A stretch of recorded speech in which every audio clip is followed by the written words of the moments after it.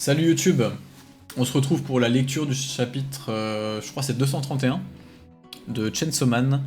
Euh, j'ai eu zéro spoil, mais j'ai vu que le chapitre faisait très réagir de manière à la fois de manière très négative parfois, d'autres qui étaient complètement paumés. Un certain Ludo qui pense que le chapitre est incroyable. Bref. Ça a l'air de diviser quoi. Donc j'ai hâte de voir ce que ça va donner. Et sachant que euh,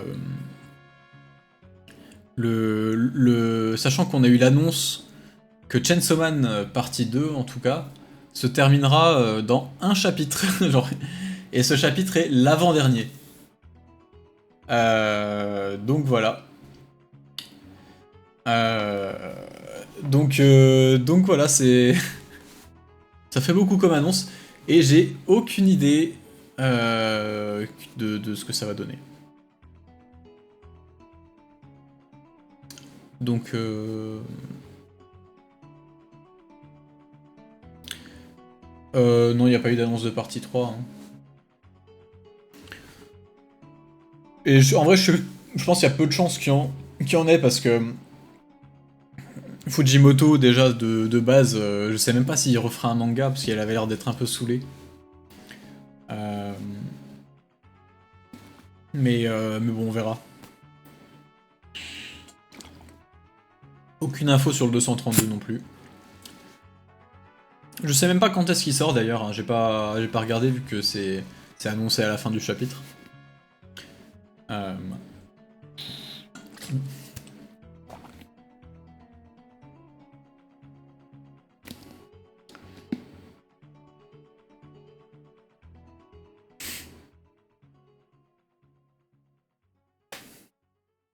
À skip 45 pages pour avoir la taille d'un tome normal. Oui, ce serait logique. Fujimoto qui va pouvoir refaire des one-shots. Oui, ça c'est bien. Ça, il va se refaire plaisir, je pense. Euh... Peut-être qu'il dessinera plus. Oui, c'est vrai qu'il avait déjà parlé de ça. Du fait qu'il en avait marre de dessiner et qu'il se voyait bien en scénariste. Ce qui pour moi est pas forcément une super idée dans le sens où je trouve que la force de Fujimoto, certes il est très bon en dessin hein, quand même, je trouve, enfin au niveau des expressions faciales et tout, il est vraiment très bon. Mais là où il est vraiment bon, je trouve c'est surtout dans son découpage. En fait c'est la manière dont il raconte ses histoires plus que ses histoires en elles-mêmes qui est intéressante je pense. Du coup, peut-être qu'il ferait pas dessinateur, mais j'espère que s'il fait pas dessinateur, il fera quand même les storyboards. Parce que c'est là où vraiment il était doué je trouve. Genre il faut qu'il fasse les storyboards et les dialogues quoi en gros. Et pas qu'il fasse juste le scénario en tant que tel à l'écrit, parce que c'est... Je pense pas que ça soit là qu'il soit le meilleur, tu vois. Même si je pense qu'il est quand même bon. Il a quand même ce sens du scénario, du rythme et tout. Mais ça, c'est sûrement parce qu'il regarde beaucoup de films.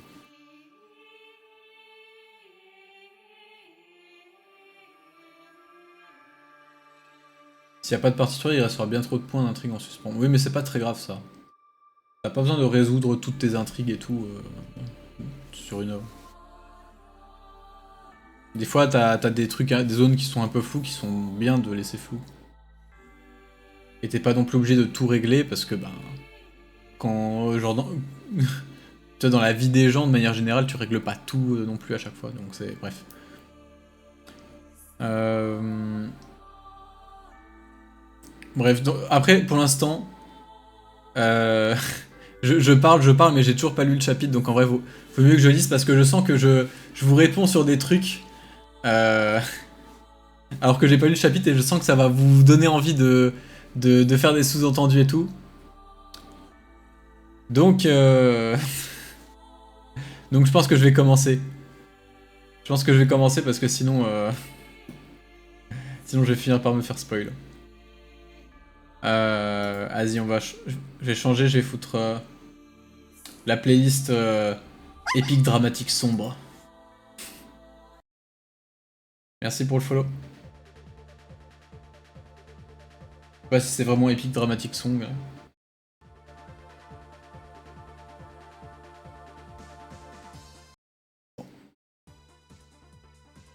peux mettre pas fort comme ça, c'est bien. Ah oui, apparemment, faut que ça soit sans musique. Bon, on va faire sans musique alors, vu que c'est Ludo qui décide tout ici.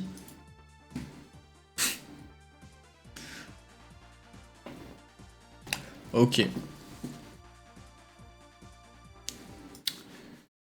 Allez, c'est parti. Attends, Bon, déjà, le chapitre s'appelle Adieu Pochita. Mais s'il met Jando, je vais me faire ban. Hmm.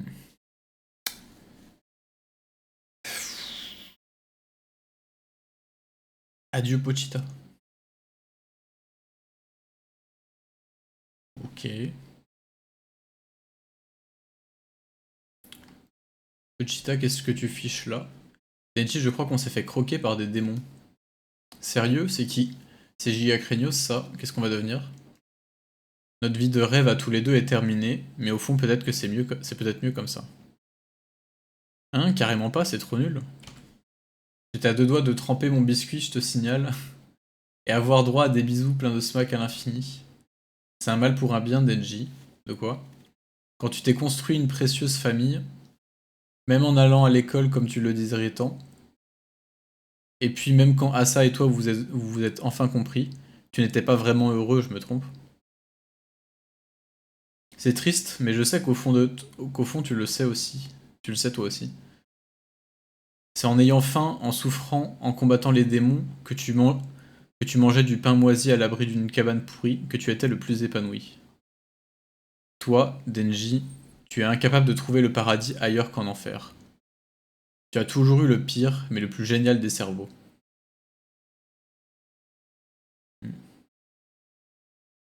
Quoi?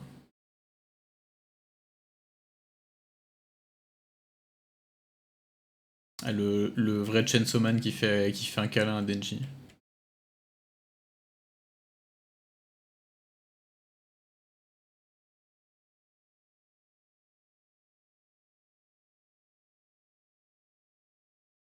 Denji, dans un instant, je vais me dévorer. Quoi? Attends, c'est possible ça? Pochita t'as craqué ou quoi? Une fois que je me serai avalé, j'ignore ce qui va se passer. Un monde où Chainsaw Man n'est pas, un univers où je n'aurais jamais existé va prendre forme.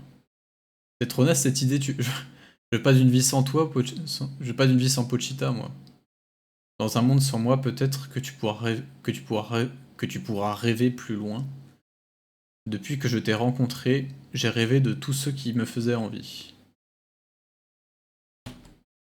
Mais toi, Denji, il faut que tu continues de rêver.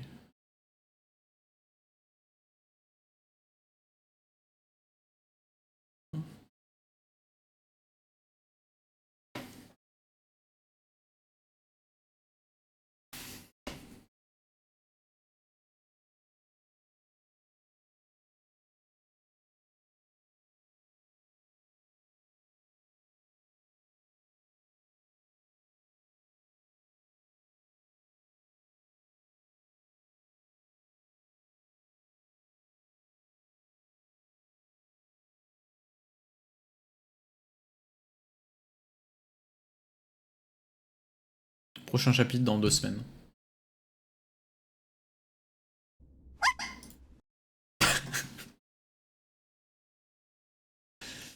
Merci pour le follow. Ça arrive au pire moment, mais c'est pas grave. Merci Grims pour ce moment.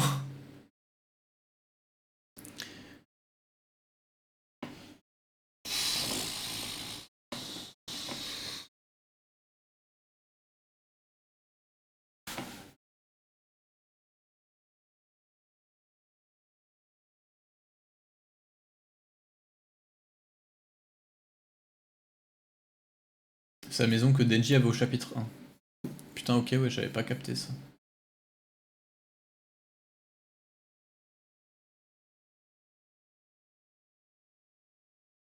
Je sais pas quoi en penser. Ben ouais, ouais, moi non plus.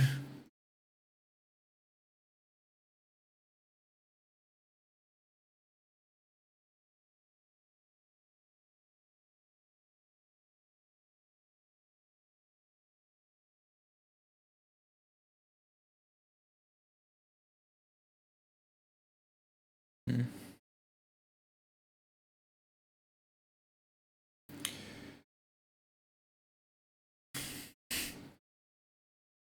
T'inquiète, Rémi. Je suis désolé, là, je suis en train de réfléchir tout en lisant vos commentaires, là. Euh... Avec l'arbre où ils sont, c'est le même endroit où ils ont conclu le pacte au chapitre 1. Ok. En vrai, je me demande ce que ça va donner, du coup, parce que... Un monde où le Chainsaw Man n'a jamais vécu. C'est-à-dire que... Est-ce que les démons qu'il a bouffés vont revenir à la vie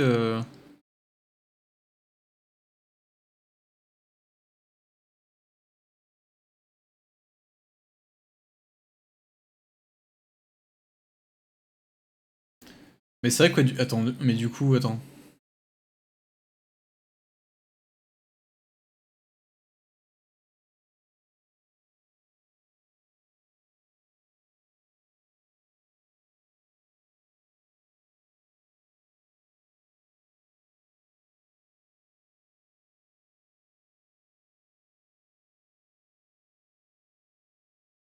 En vrai,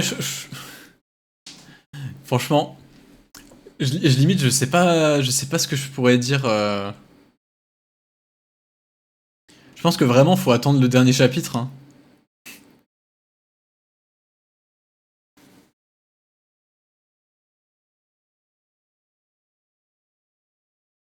Attends.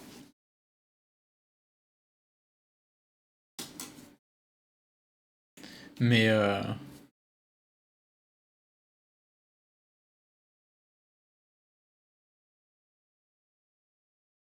mais ouais, c'est vraiment Pochita qui se sacrifie pour Denji parce qu'il se rend compte que tant qu'il sera là, Denji pourra pas être heureux quoi. Ils ont tout essayé, mais ça, y a rien qui allait quoi.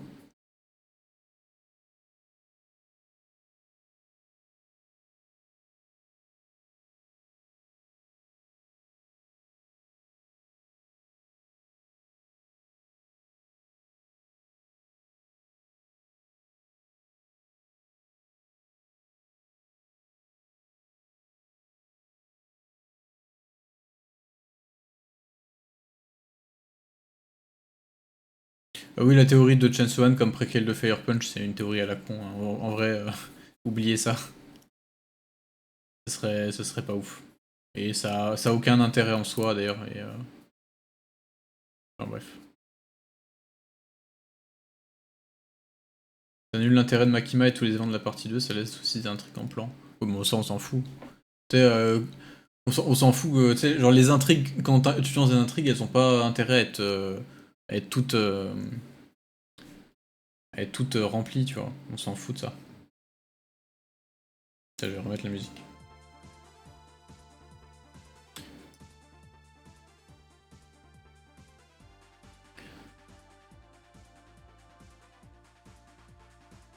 Et je pense pas que ce soit juste un reset du début parce que.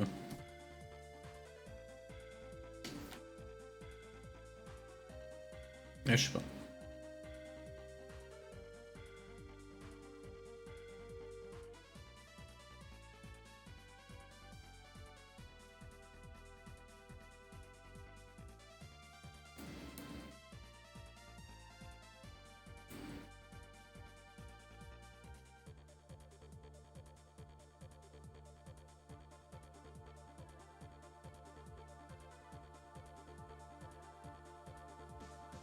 Dernier chapitre, soit c'est la pire fin, soit ça rattrapage de dingue, ça fait un peu peur. Honnêtement, je sais pas. Hein.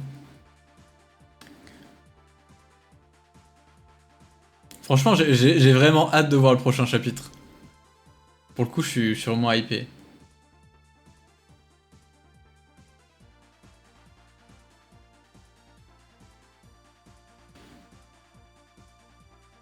Dans le serveur, il y a un mec qui s'appelle Astagios qui a fait une super analyse.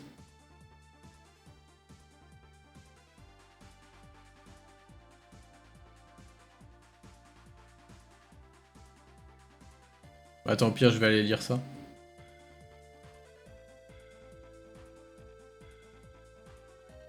C'est dommage qu'Asa ait été mise de côté lors du dernier acte en vrai, alors qu'elle était importante au début de la partie 2.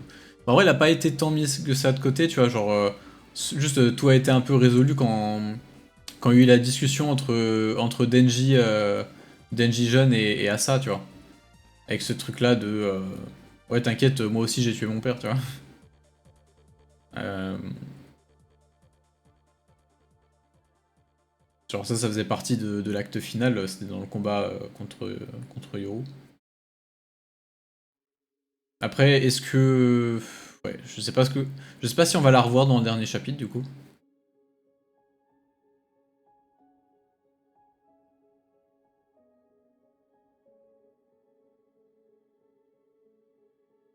Pas mal de gens disent que si le manga aura une suite, ce sera un autre nom, genre juste Man. Non, je pense pas qu'on verra Fujimoto faire un truc comme ça.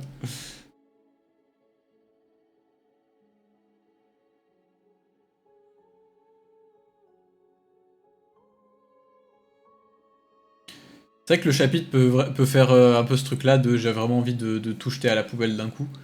Mais en fait, ça serait quand même bizarre parce que il a fait pas mal de chapitres.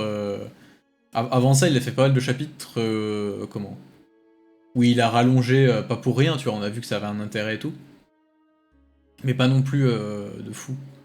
Et, euh, et du coup, franchement, je pense que. Tu vois, c'est encore possible qu'on ait toutes les clés de compréhension de la partie 2 dans le dernier chapitre. Hein. Il a plus ou moins fait ça déjà avec la partie 1, même si la partie 1 il y avait une conclusion un peu classique. Mais, euh, mais ouais, je suis curieux de voir ce que ça va donner quand même.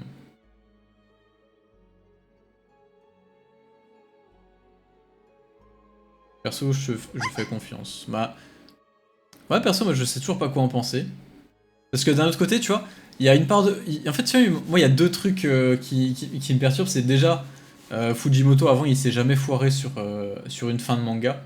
Je trouve que c'est vraiment un peu sa spécialité, tu vois. Genre, il a un sens de la conclusion qu'on retrouve rarement ailleurs et qui en plus est alimenté largement par toute la culture un peu cinématographique qui s'est forgée, où genre le scénario est important, tu vois.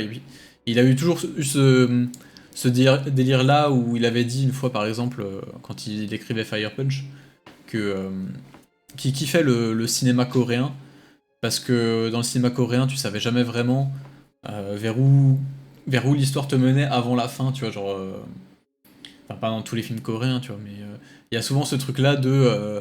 au début, tu pars sur un truc, et au final, tu te rends compte que le film est pas le sujet du film est absolument pas ce sur quoi il voulait faire croire que c'était au début avec le synopsis, et qu'il y a que en finissant le truc que tu peux comprendre vraiment tout ce que le film voulait faire, tu vois.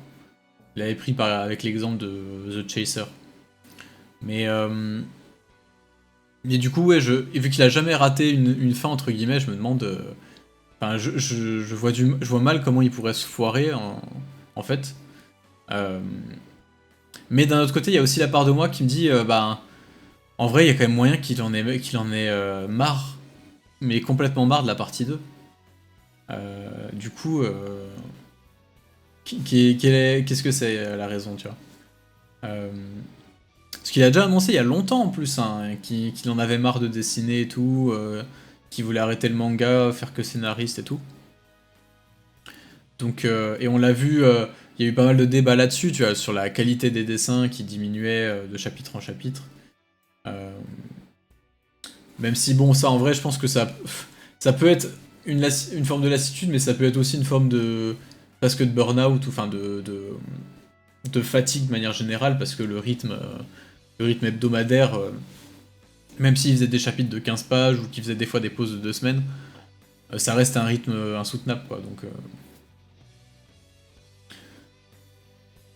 mais ouais,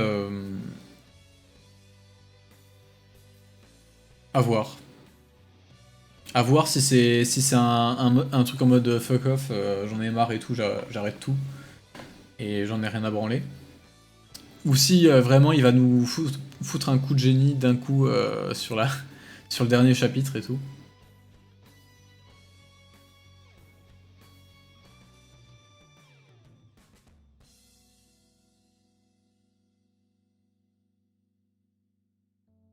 J'étais pas sûr pour une partie 3, mais là je sais pas. Je sais vraiment pas comment il peut finir ce qui se passe en un chapitre. Faudrait qu'il se passe avec le chapitre précédent.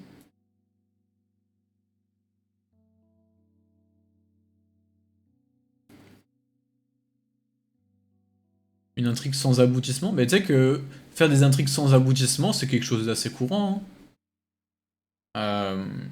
C'est sûr que c'est pas dans des démarches académiques classiques, quoi, d'écriture de scénario. Mais ça arrive et il y a même des œuvres où c'est incroyable, hein, justement qu'il n'y ait pas d'aboutissement. Et le fait de ne pas de faire une intrigue qui aboutit pas, de faire une intrigue pardon qui aboutit pas sur quelque chose où il n'y a pas ce truc là de ouais, cette espèce de sentiment de payoff, genre en mode ouais il arrivait ça donc en conséquence il y a ça et ça vient un peu donner la récompense de tout ce qu'il y a eu avant. Je trouve ça intéressant moi comme point de vue, comme idée de narration.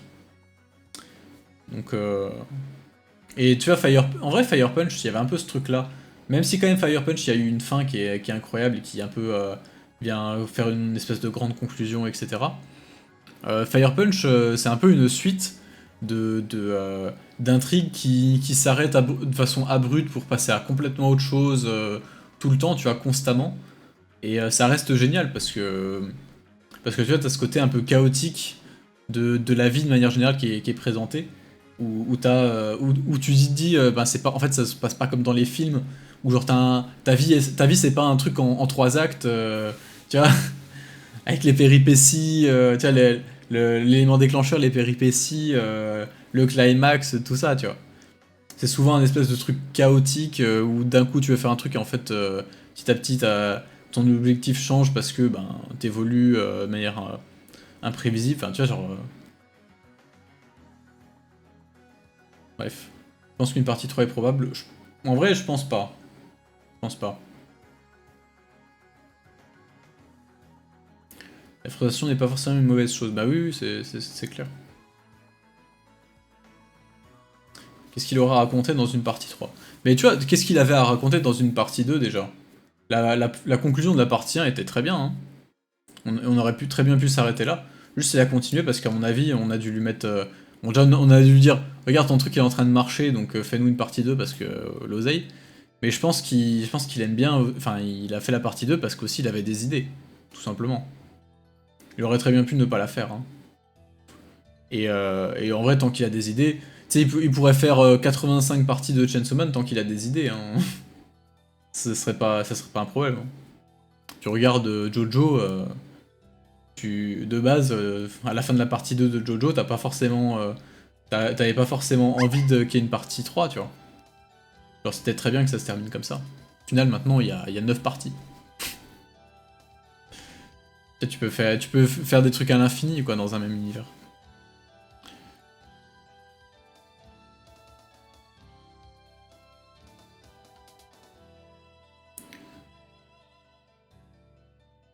Pochita qui affirme que Denji sera heureux sous pain moisi sans confiture.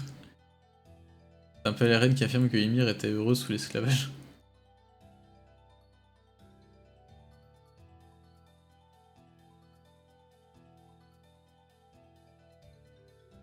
Désolé, je suis un peu en retard sur les commentaires.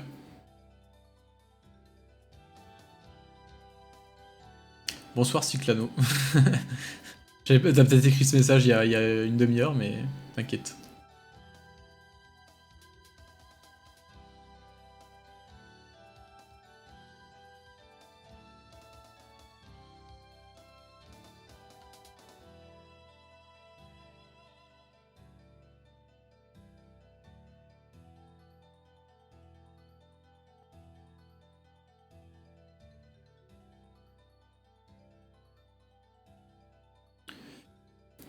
Hmm.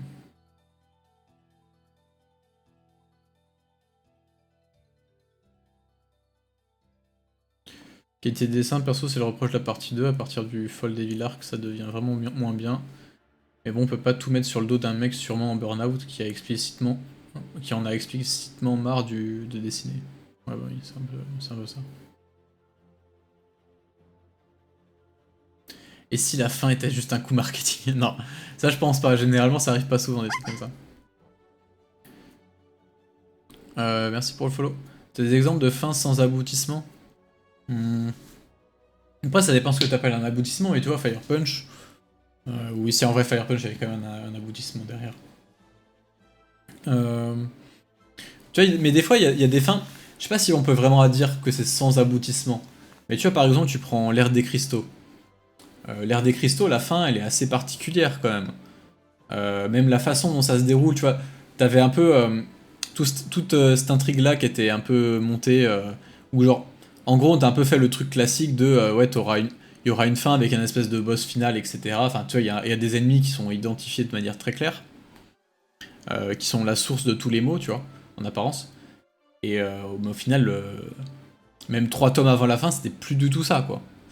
Euh, et la fin de l'ère des cristaux, c'est une forme d'aboutissement, on pourrait dire. Mais c'est quand même un truc qui est vachement...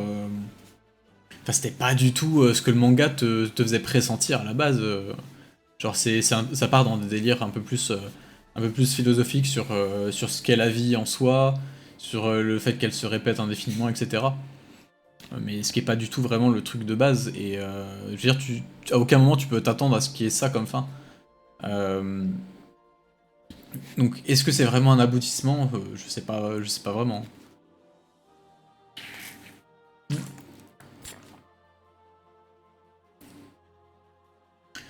Après, je sais pas ce que j'ai. Qu'est-ce que j'ai d'autre comme exemple?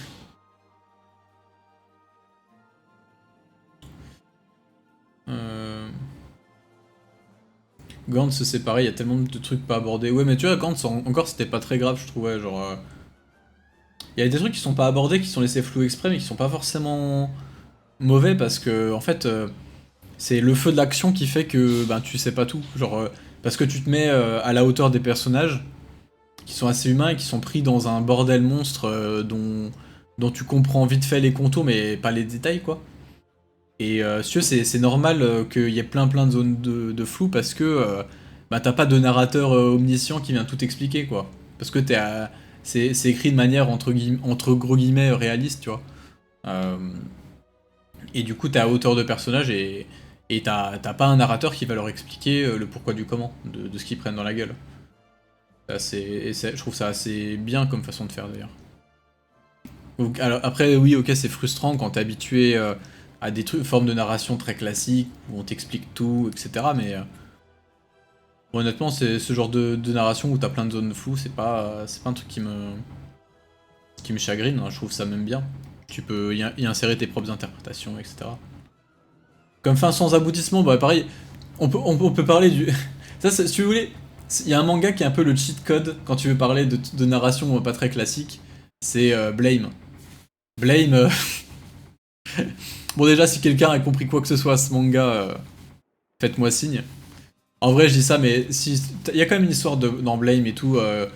Moi, j'ai à peu près compris l'histoire au bout de ma troisième lecture, tu vois. Euh, donc non, il y a quand même une histoire, même s'il y a plein de points très très flous et qu'il faut couper en faisant un peu de théorie. Mais mais si tu veux, Blame, il n'y a pas vraiment de vraie conclusion non plus, quoi. Genre, il n'y a pas vraiment d'aboutissement. Dès un moment, tu comprends même pas si le truc c'est reboot et que si c'est une boucle sans fin ou si c'est juste ça continue sur autre chose qui a rien à voir. Enfin bref. Non, Blame c'est très particulier et c'est un des meilleurs mangas que j'ai jamais lu, tu vois. Après là, on sort vraiment d'un truc. On sort vraiment d'un truc classique, hein. Ça a rien à voir pour le coup. Je suis désolé, il y a ma porte qui vibre. Attendez. C'est la machine à laver.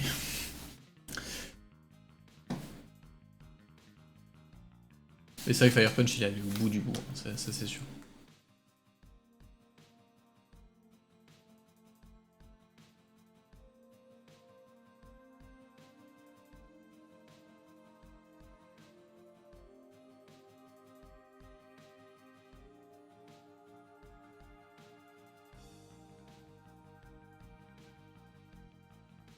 Tu penses qu'il refera un nouveau manga à long terme? Bah, en vrai, une fois, il avait dit qu'il détestait faire des mangas longs quand il faisait des mangas longs. Et qu'il détestait faire les one-shots quand il faisait des one-shots. Et genre, en gros, il faut qu'il alterne un peu entre les deux. Genre, quand il dessine un one-shot, il se dit putain, j'ai envie de faire une série longue et tout. Et quand il fait l'inverse, il a envie de faire des one-shots, tu vois. Donc, je pense qu'il fera des one-shots et qu'après, il se dira peut-être pourquoi pas faire un nouveau manga. Peut-être pas forcément aussi long que Chainsaw Man, mais genre en 5-6 tomes, peut-être. Un truc un peu comme Fire Punch. Peut-être un truc un peu moins mainstream, un peu plus expérimental ou un peu plus personnel. Je sais pas.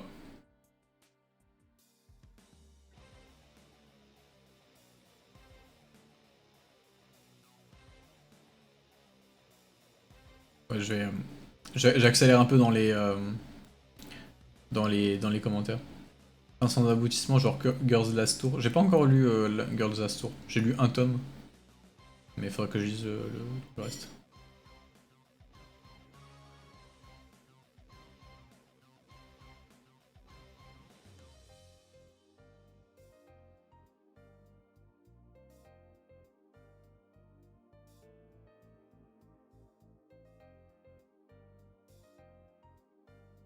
Les autres mangas de l'auteur sont dans le même univers que Blame ou c'est séparé? C'est dans le même univers, mais parfois, parfois séparé de tellement de temps ou de distance que c'est compliqué d'en faire des liens, tu vois. Mais oui, ça reste plus ou moins le même univers.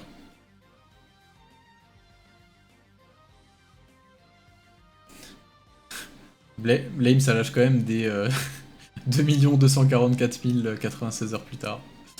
J'ai lu du manga plusieurs fois. Ouais, mais Blame, c'est vraiment un délire.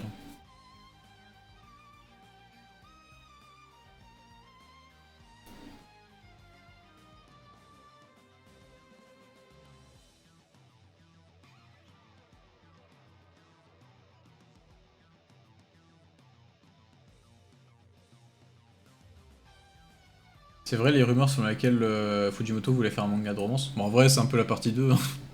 La partie 2, c'est un peu ça. Mais c'est un truc qu'il avait dit il y a longtemps, tu vois. Euh, bon, je pense pas qu'il ait encore ça en tête. Il ferait que des one-shots, je suis vraiment pas contre. Bah ouais, moi pareil, hein. Ok, ça y est, j'ai rattrapé les commentaires. Du coup, faut que j'aille lire l'analyse. J'imagine que c'est dans le salon de Chainsaw Man.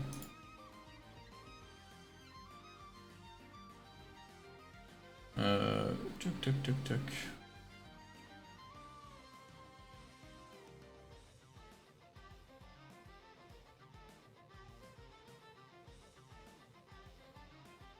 Je suis en train de chercher la fameuse analyse.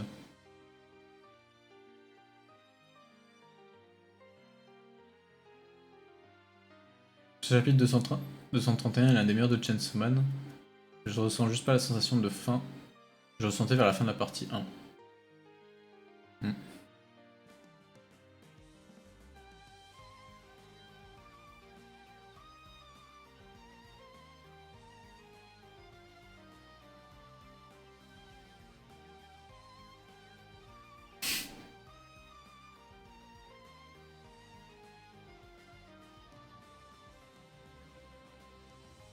Hmm.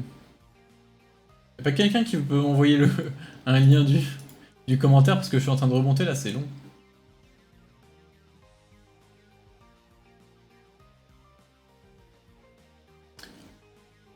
Je cherche l'analyse qu'on m'a donnée tout à l'heure là.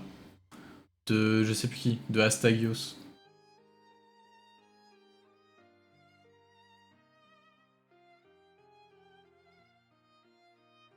Ah, est-ce que c'est A, 3 petits points? Ludo m'a ping. Ok. Ah oui, c'est A, 3 petits points. Que j'avais trouvé.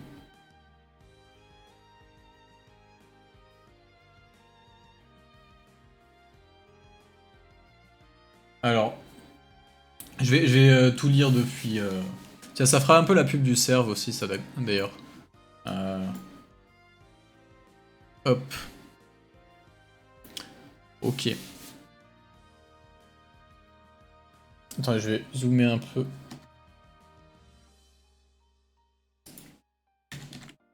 Putain, bref, c'est pas grave.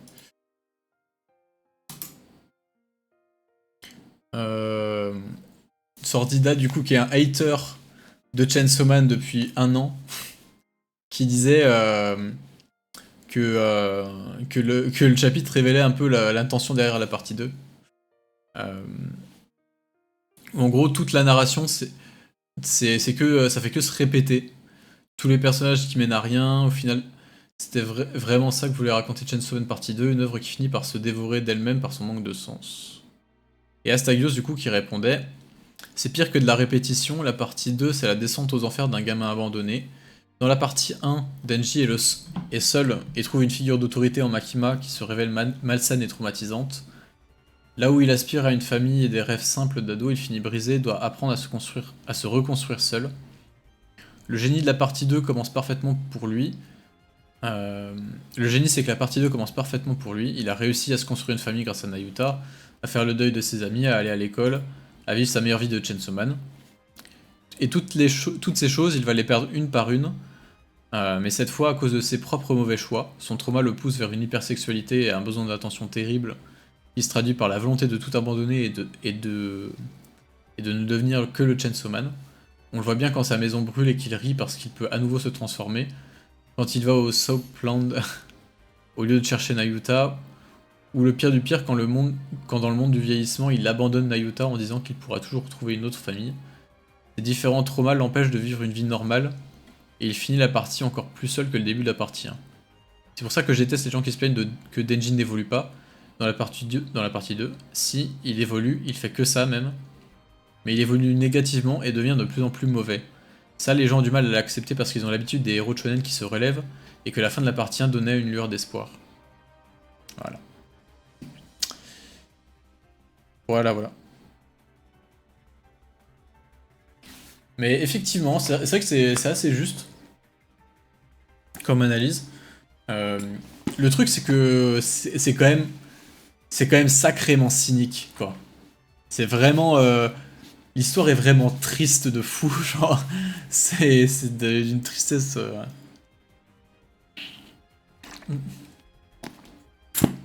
Ah, c'est vraiment... Mais c'est vrai qu'il perd tout, quoi, ouais. Ou le mec qui se sent en direct en dessous du message d'être normal.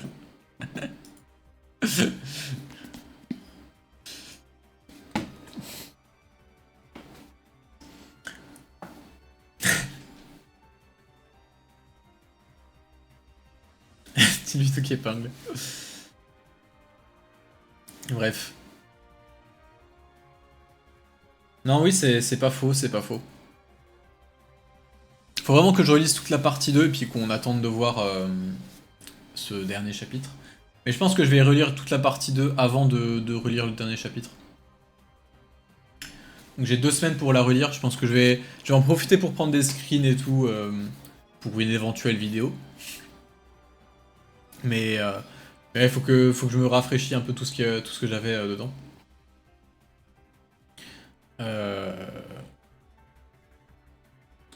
Mais ouais, en vrai, faut attendre de voir ce que ça va donner sur le dernier chapitre. Après, oui, c'est vrai que s'il veut faire une fin vraiment hyper cynique comme ça, c'est pas le dernier chapitre qui va sauver le truc, tu vois. Ça va peut-être être juste... on va peut-être juste voir les conséquences de l'absence de Pochita. Et voir un Denji peut-être même pas heureux au final.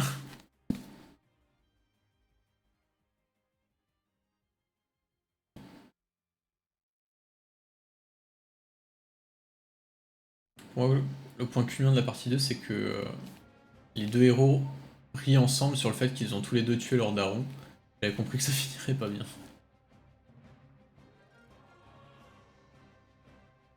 C'est vrai que je dis depuis longtemps que la partie 2 de Chainsaw Man n'est pas satisfaisante, et c'est pas un défaut. En vrai, je sens que si on part vraiment sur une fin giga cynique comme ça, je sens que je vais avoir du boulot pour la vidéo d'analyse pour essayer sais, de faire comprendre aux gens en quoi ça peut être intéressant de faire ça. Parce que pour le coup, on est vraiment en dehors des codes de la narration classique. Et ouais, je m'attendais pas à ça, hein. Pour le coup, je pensais vraiment que qu'on allait avoir une fin assez heureuse, quoi. Avec Denji qui trouve enfin l'amour avec Asa. Enfin bref, tout ça, quoi.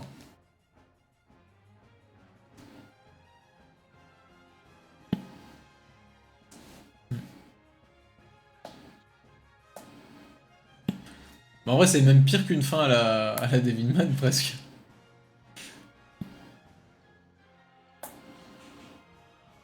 Moi, j'imaginais vraiment une fin plus à la The End of Evangelion.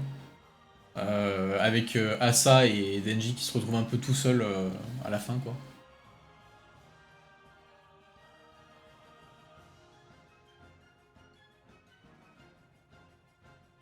Ce qui me dérange, c'est comment c'est amené le chapitre d'avant.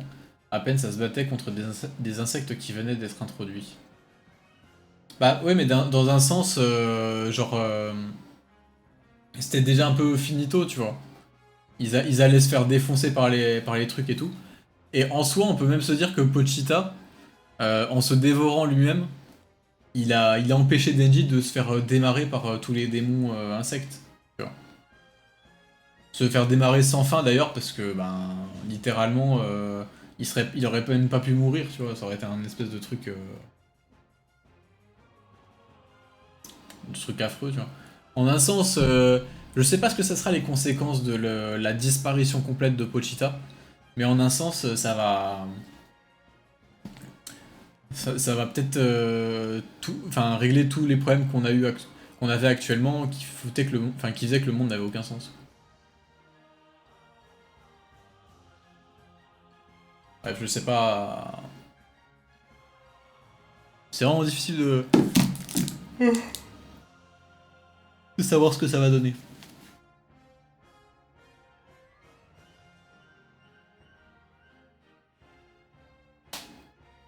Il aurait pu encore faire plus cynique et finir son manga sur la planche où Pochita se bouffe.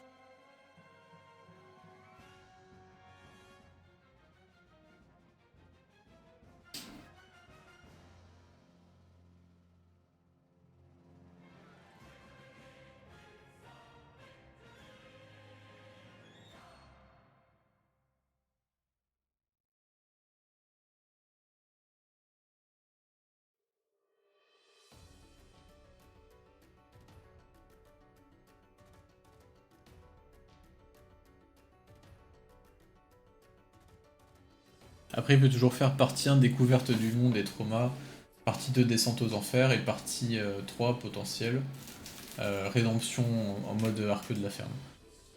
Après, je sais pas. Franchement, j'ai du mal à le voir se lancer dans une partie 3 de Chainsaw Man. Mais oui, ça vraiment. En termes de structure, c'est un truc qui marcherait bien.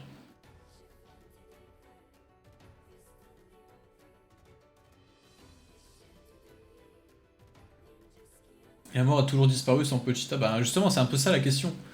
Genre, si tous les démons qu'il a bouffés disparaissent du coup parce qu'il disparaît lui aussi. Enfin, non, s'ils réapparaissent parce que lui il disparaît, ça va ramener plein de trucs. Mais, y compris des trucs qu'on ne connaît même pas, tu vois, genre les autres façons, les autres chemins possibles à la fin de la vie, autres que la mort et tout, tous les trucs un peu comme ça.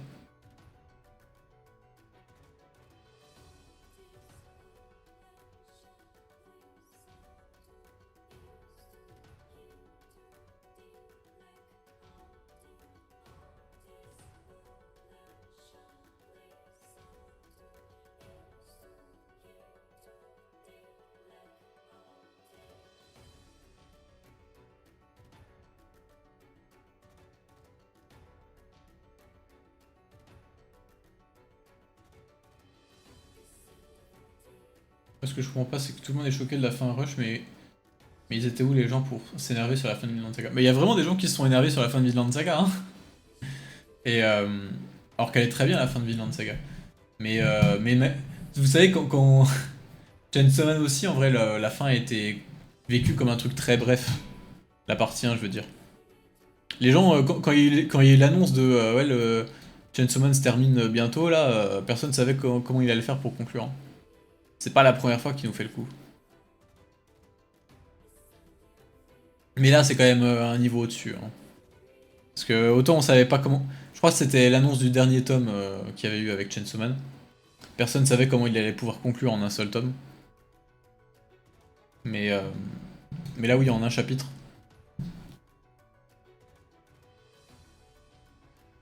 Compliqué.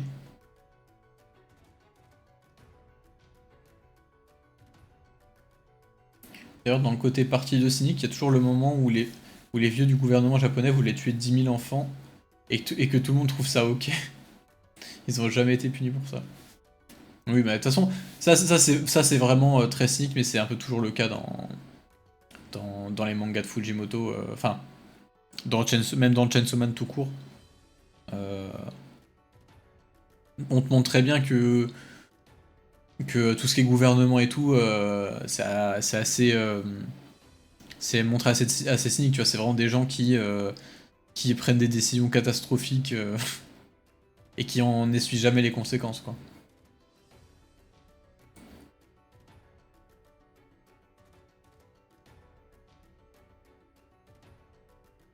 La fin de Vinland Saga est inoffensive et that's okay, comme c'est basé sur des faits réels.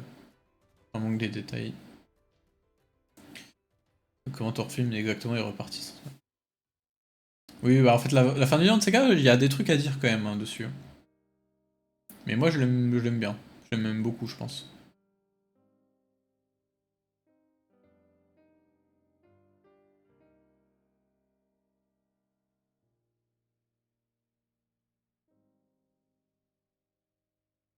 Après, les changements de. Parce que je parle de changement de tonalité, du fait que c'est en mode humoristique, puis après ça devient triste d'un coup. C'est un peu une spécialité de Fujimoto aussi, hein. Il joue souvent avec les contrastes comme ça.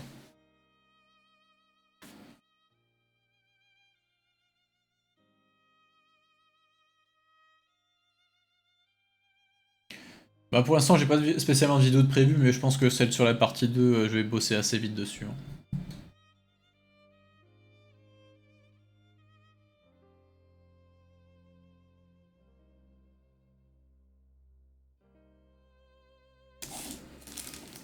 De toute façon, quoi qu'il arrive dans le dernier chapitre, je vais être obligé d'en parler.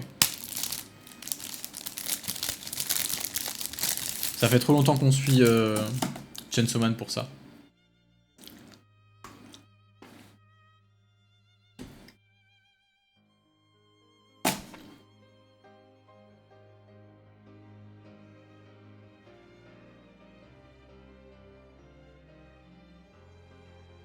Pourquoi c'est dur à écrire une bonne fin? C'est pas forcément dur à écrire. Il y a des tas d'œuvres avec des fins géniales hein, qui existent. Mais il y a souvent des fins ratées sur des œuvres fleuves comme ça. Surtout les mangas, tu vois. Enfin, en vrai, c'est tous les trucs un peu longs. Parce que généralement, la fin, tu la gères pas vraiment. Soit parce que t'as toujours des contraintes de production assez particulières. Souvent, quand tu commences un manga dans le Jump, euh, tu sais pas combien de temps il va durer. Donc en fait, tu peux même pas prévoir de réelles conclusions d'histoire, de fil narratif réel et tout sur ton truc parce que ben, ça évolue tout le temps. Par puis un coup, ton éditeur il va te dire ben, tiens ton truc en fait, il va se faire axe dans. Faut que tu le finisses dans 2 tomes là. Ou alors il peut très bien te dire ben. Ah tu veux finir mais en fait non, ça marche bien ton truc donc continue. Trouve un moyen de continuer tu vois. Tu peux jamais vraiment prévoir à l'avance et puis en plus de ça t'es sous le stress constant des deadlines et tout donc ça fait que le milieu du manga, donc tout ce qui est prépublication hebdomadaire, surtout des trucs un peu mainstream, c'est très très compliqué de faire une bonne fin parce que c'est très très compliqué de prévoir une histoire avec un fil rouge, un début, une fin, longtemps à l'avance quoi. Et dans la partie 2 c'est pas vraiment le cas parce que Fujimoto ça se voit il fait un peu ce qu'il veut. il a moins de pression, etc. Il pouvait finir un peu quand il voulait. Donc, il a pas cette excuse-là, quoi. La seule excuse qu'il peut avoir, c'est le fait qu'il soit au bord du burn-out parce qu'il en peut plus. Et qu'il a envie de finir son truc.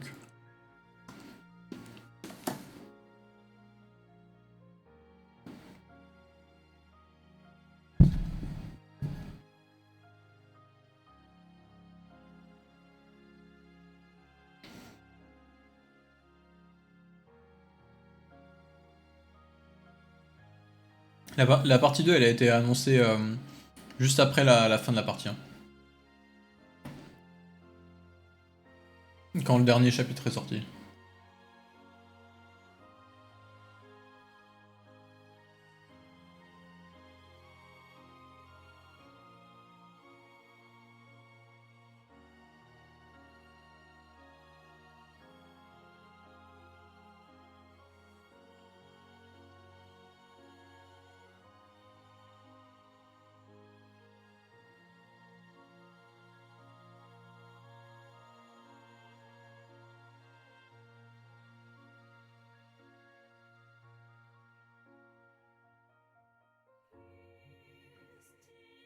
Après oui, pour la fin de One Piece, perso, moi je suis assez confiant.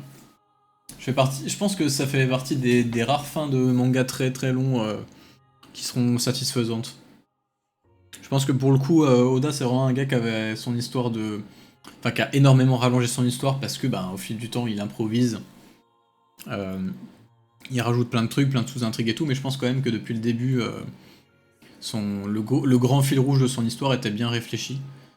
Et que... qu'il n'y aura pas de soucis de cet ordre-là, quoi. Je pense que les gens qui seront déçus de la fin de One Piece sont des gens qui de base n'adhéraient pas au principe même du manga, tu vois, à son propos, etc. Comme ça a été le cas avec ceux qui détestent le Gear 5 par exemple. C'est juste des gens qui n'aiment pas One Piece, tu vois. Qui n'aiment pas la proposition qu'a l'auteur, en fait. Et je dis ça alors qu'il y a vraiment des trucs très légitimes à critiquer sur One Piece. Hein. Je veux dire, moi j'aurais plein de critiques à faire au manga. Mais, euh, mais disons qu'il y a beaucoup de critiques qui tiennent ouais, ça tient plus du j'aime pas, tu vois, que du vraiment. Est-ce que l'auteur a vraiment mal retransmis ce qu'il voulait retransmettre, tu vois. Et je dis pas qu'il retransmet toujours très très bien ce qu'il veut transmettre. Mais des fois, j'entends des critiques qui, qui critiquent plus les idées que voulait mettre l'auteur en place, ce qu'il a voulu proposer comme œuvre en soi, plutôt que comment il l'a fait. Et à partir de ce moment-là, bah faut juste avouer que t'aimes pas la proposition de l'auteur, pas que c'est nul en soi, tu vois. Que c'est une question de goût, de préférence et pas grand chose de plus. Et je pense que pour la fin de One Piece, les gens qui aimeront pas la fin, ça sera sûrement ça aussi. En fait, je pense pas que Oda trahisse ses intentions de base et trahisse son œuvre. Pour moi, c'est vraiment un truc qui serait un peu improbable. Après, peut-être qu'il la fera mal sur la forme parce qu'il sera un peu épuisé. Peut-être que ça sera mal amené, tu vois. Mais la fin en elle-même, ce qu'elle voudra dire et tout, je pense vraiment pas que ça soit raté.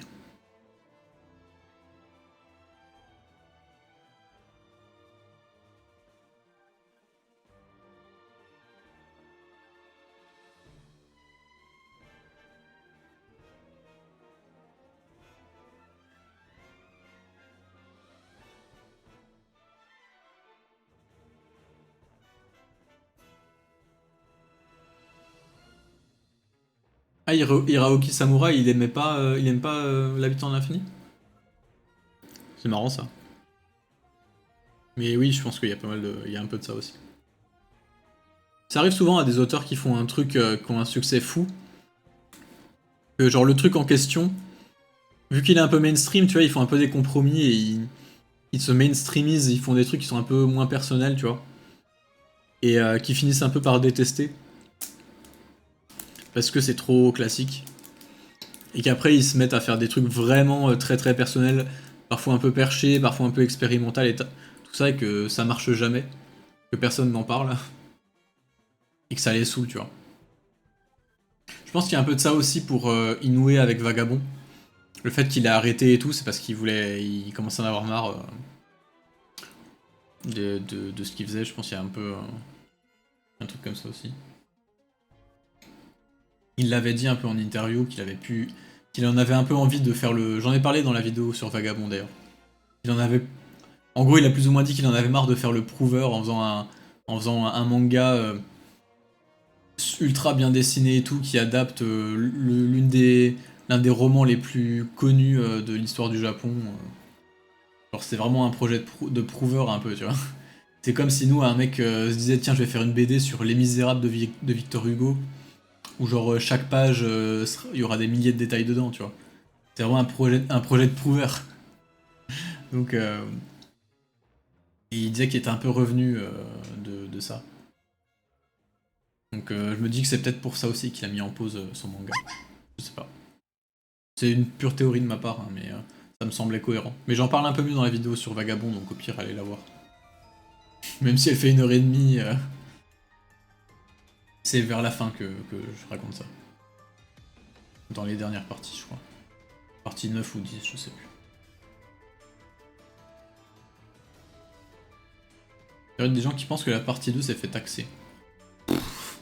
Comme si, comme si c'était possible. Fujimoto, il fait ce qu'il veut. En plus, la partie 2, elle marche, tu vois. Euh, ça reste. Là, encore cette semaine, elle était première dans le nombre de lectures hein, sur Manga Plus. Devant One Piece. Enfin, ça c'est le classement. C'est le classement américain, je crois. Enfin, le classement anglophone. Ou classement global Europe, j'en sais rien. Mais genre, le truc marche, si tu veux. C'est pas un immense phénomène non plus, hein. Mais il marche et puis ça coûte que dalle parce que c'est en ligne. Donc, il allait pas se faire axe, tu vois. Surtout que, genre, Fujimoto, faut pas oublier qu'il se fait sucer par l'intégralité de l'industrie japonaise hein, en ce moment. Donc, ils allaient pas lui dire, bah tiens, arrête ton manga de merde et tout, alors qu'ils sont en train de faire un film par Koreeda sur Look Back, tu vois. Ça serait con. Enfin, ça n'aurait aucun sens.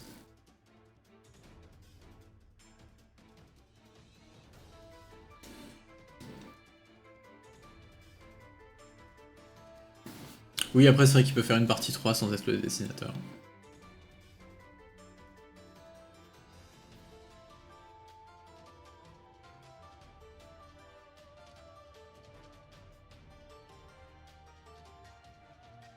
Une fin qui sera pas ratée, c'est celle de The Bugle Call.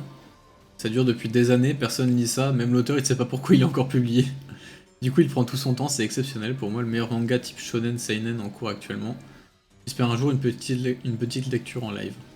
Bah écoute pourquoi. J'avais déjà entendu parler du titre. Il disait Born to be on Earth d'Hiraoki Samura. Super héroïne très drôle avec de l'humour noir.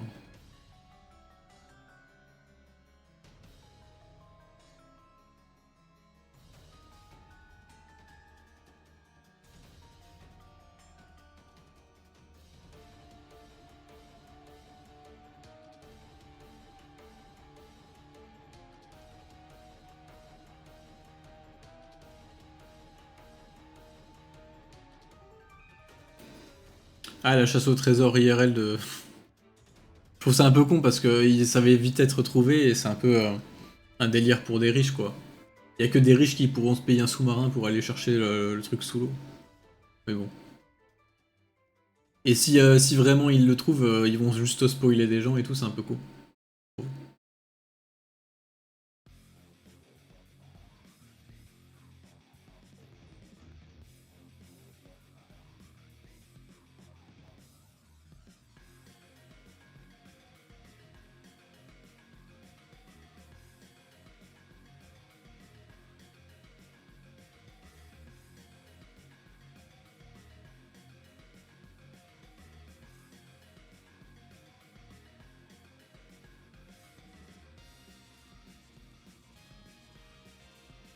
Inoue avait arrêté les mangas tout court d'ailleurs.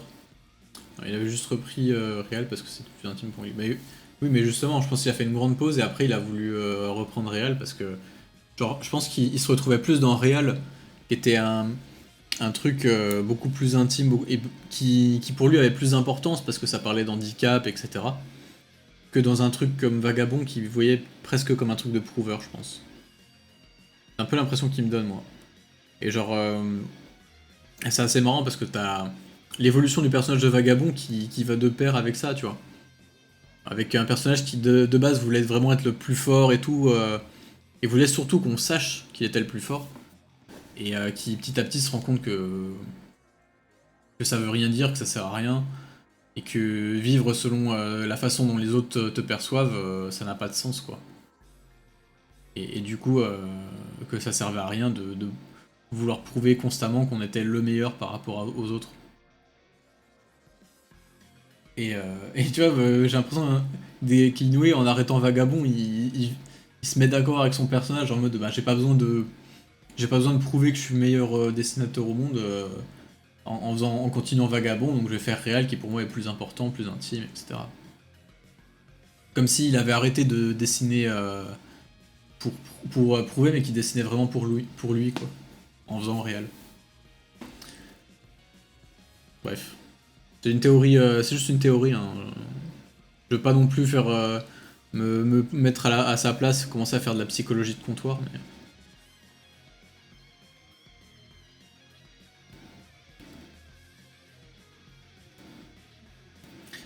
C'est vrai qu'il y a eu la prédiction de Nostradamus.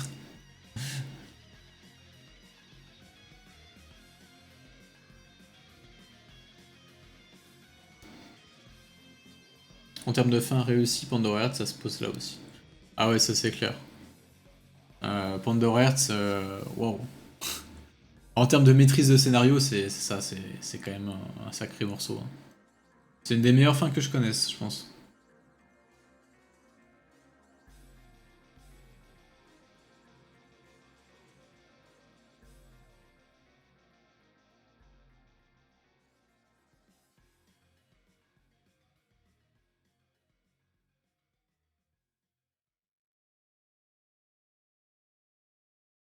Oui, je pense qu'Inoue finira par revenir sur Vagabond.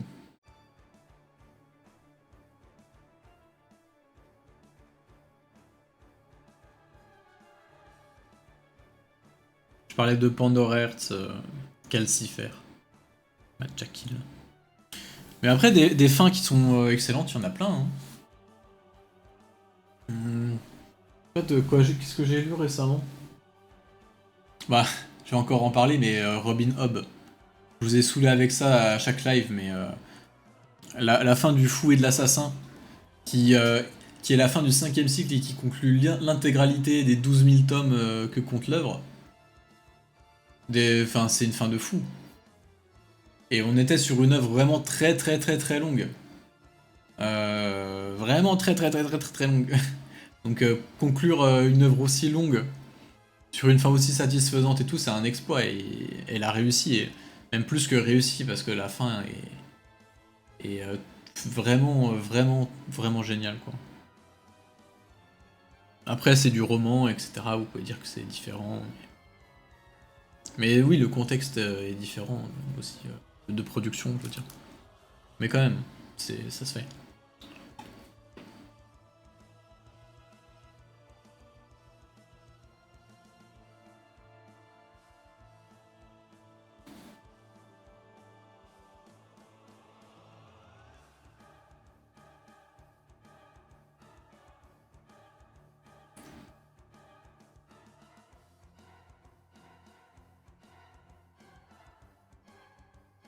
Hmm. Doro et Doro aussi, ouais. Ouais. Moi j'ai ce trio là de mangas qui ont rien à voir en apparence mais ont quand même des points communs. Euh, t'as t'as Pandora Hearts, Full Metal Alchemist et Doro et Doro. Moi je les ai appelés. C'est une catégorie de mangas très précise. C'est les mangas écrits et dessinés par des femmes qui ont un scénario ultra complexe, mais quand même maîtrisé de A à Z, du début à la fin, avec une conclusion satisfaisante, et puis tout un tas de thématiques, etc. Et genre, c'est vraiment très précis comme critère, mais genre, effectivement, et qui font, on va dire, entre 20 et 30 tomes, quoi. Enfin, plus ou moins 25 tomes. C'est très précis, mais ça correspond vraiment à ces trois mangas, tu vois. Les deux sont... Enfin, les trois sont vraiment comme ça. Parce que Full Metal Alchemist, c'est 27 tomes, Pandora Hearts, c'est 24, et Doro et Doro, 23. Je sais pas lequel est sorti en premier, entre Pandora Hearts et Full Metal Alchemist, mais ça a inspiré... Ça a l'air inspiré de façon assumée. Il suffit de voir Oenheim et Oscar. Oui, ben oui, sûrement.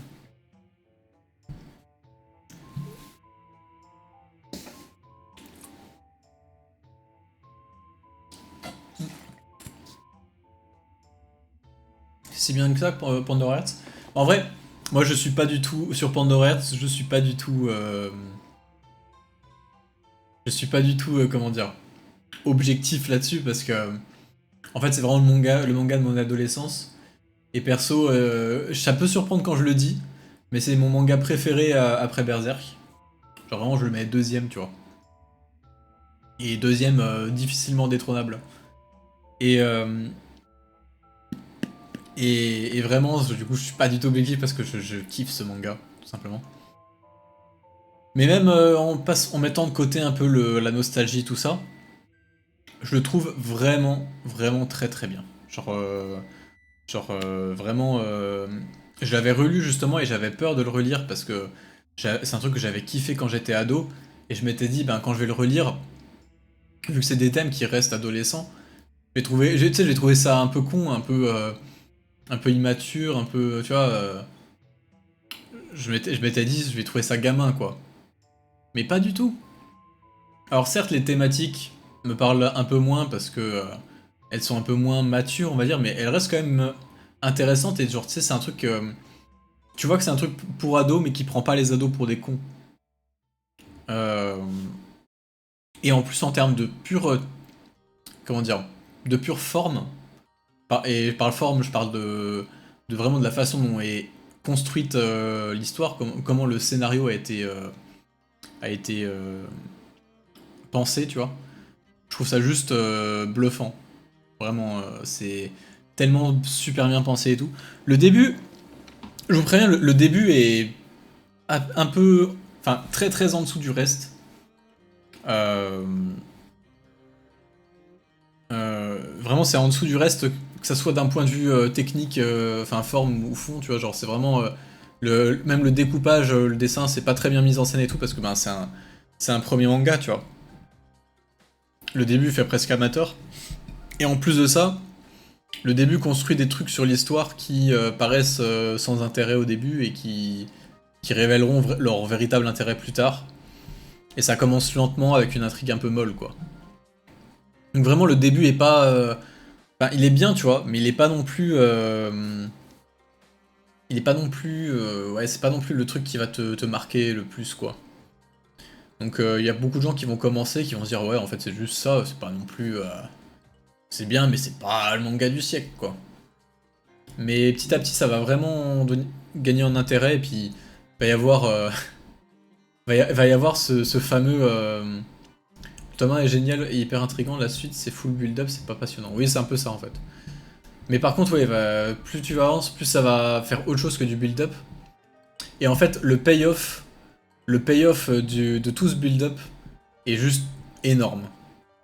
À partir du tome 12, c'est un enchaînement masterclass sans s'arrêter. Bah, je me souviens plus exactement, oui, de quand est-ce que ça démarre vraiment, vraiment. Mais quand ça démarre... Bah, de toute façon, il y a ce fameux plot twist dont tout le monde parle, et qui est vraiment un des rares plot twists qui est, quand t'es pas spoil, qui est assez bluffant. Parce que effectivement, quand j'avais lu, je me suis dit... En vrai, l'histoire, il y a des petites incohérences quand même, il y a des trucs qui fonctionnent pas trop et tout, c'est un peu bâclé, tout ça, je m'étais dit ça, sauf qu'en fait, toutes les petites incohérences que j'avais repérées, c'était juste des foreshadowing d'un plot twist de fou, que même si tu comprends qu'il y a des trucs bizarres qui se passent, tu peux pas vraiment pré-shot. Euh, Donc oui, le plot twist, effectivement, est vraiment bien. C'est vraiment un genre de truc qui m'a marqué, pour le coup. Et une fois que t'as ce plot twist, ben là, vraiment, l'histoire, elle accélère de fou, et il se passe que des dingueries, et c'est juste trop bien tout le temps, quoi. Bref. C'est mon petit instant promo de Pandora Hearts. Euh, je vais pas... je vais pas non plus passer le live à en parler. Mais ouais, tout ça pour dire que oui, il y a des mangas qui ont des fins vraiment excellentes. Mais attendez, je vais faire un petit tour sur la liste des mangas que j'ai lus, là, sur Anilist, pour, euh, pour voir ceux que je trouve qui ont des bonnes fins. Qu'est-ce que j'ai bien noté? Putain, oui, mais comment j'ai pu rater celui-là? Comment j'ai pu ne pas penser à ce manga-là quand on parle d'une bonne fin, tu vois? Parce que là on parle d'une des fins les plus cultes de toute l'histoire du manga. Ashita no Joe. Je veux dire, je pense que plein de gens, tous ceux qui ont lu, ils ont la dernière page en tête. Ils l'ont tous. Genre, genre c'est sûr. Même les gens, même certaines personnes qui l'ont pas lu, ils connaissent cette page. Je veux dire, immense classique. Vraiment une des meilleures fins de l'histoire du manga, quoi. Sans aucun contexte. Donc voilà, vous avez un exemple. Euh, Après, bon, la fin de Dragon Ball, oui, ça c'est vrai. Et la fin de Dragon Ball, je pense que Dragon Ball ça aurait pu s'arrêter à n'importe quel arc, les fins auraient été satisfaisantes, tu vois. C'est juste que Akira Toriyama il est tellement fort que même quand on le forçait à continuer, il arrivait à te, à te balancer une fin qui était satisfaisante. Eden, It's an Endless World, ben ça oui. Pour le coup, la fin m'a bien marqué. Même si... Ouais, non, en vrai, si, j'étais bien quand même. Ouais, bonne nuit Sweet. Bah, la fin de Fire Punch, hein. Que dire? J'ai fait une vidéo de 1h20 sur le manga, c'est pas pour rien, hein. Et il y a une partie de la vidéo qui est vraiment dédiée à la fin, qui est géniale, quoi. Full Metal Alchemist, j'ai déjà parlé. L'ère des cristaux, pareil, j'en ai parlé de la fin tout à l'heure. Qui était géniale aussi et qui est un peu une fin assez non classique. Eden et Fire Punch, encore des mangas super nihilistes. Faut être déprimé pour faire une bonne fin, je crois. Oui, c'est vrai. Après, je sais pas si c'est si nihiliste que ça, Eden.